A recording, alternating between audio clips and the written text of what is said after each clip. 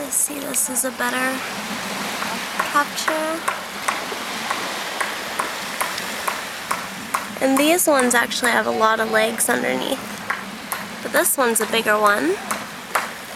And you can't really see right now, but its texture is clear, see-through, and jello-ish. And I can see the sand right through it. And it doesn't have tentacles or eyeballs or anything. They're really cute.